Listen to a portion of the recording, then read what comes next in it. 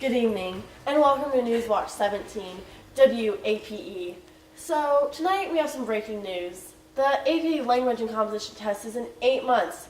You're stressed, you're disorganized. Oh God. Well, Sofia, what do we have for tonight? Well, tonight we're going to be giving you some tips on how to organize your binder better, some tips on what to do during the test, and some more useful tips that Shu is going to take away. Thank you, Sophia. There are 5 major tips that will help you with the AP English exam. First, you should familiarize yourself with the language of rhetoric. Both the short answer and essay questions require that you know how authors employ rhetorical strategies to create effects. Second, become an annotation addict. Nothing will build your skill in prose analysis better than a steady diet of annotation.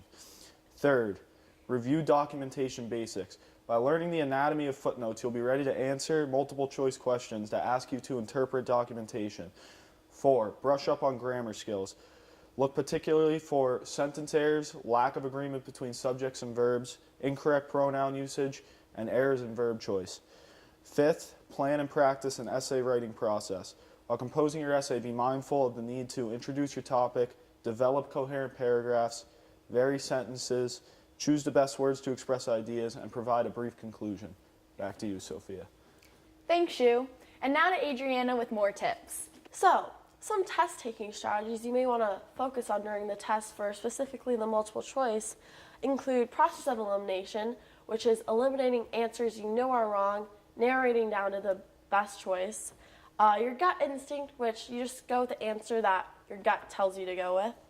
Lucky guess, if you absolutely don't know the question, just answer whatever multiple choice answer you want. And 50-50. So if you're stuck between 2 choices, you go with the answer you think best, you just go with one of them. Another tip to focus on would be answer what you know first. So try and skim through all the passages, see which ones seem easiest to read first, answer those questions, and then answer the harder questions later on in the test. Now, we're going to throw it over to Sophia with some more tips. During the test, the clock is ticking and you will be getting nervous. It's scary to manage your time wisely, but I have some tips for you. So, from personal experience, it's best to focus on the passages and the questions inside the booklet first, and then go in and fill in your bubbles later. Also, don't take too much time on the passages. A lot of the questions will tell you to go back and reread.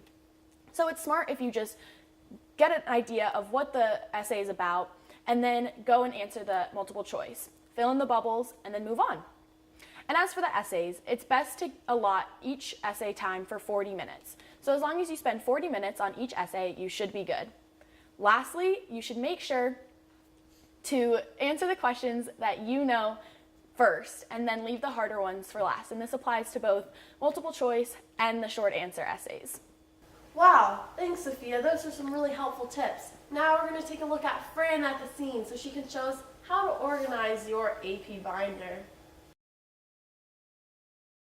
Thanks, Fran. And now we're going to look at how to deal with test-taking anxiety and stress with Kayla on the scene. Thanks, Kayla. Now back to Sophia and Anna. Thanks for tuning in to WAPE. We hope you enjoyed this segment. And we hope you have a great senior year. This is us signing off.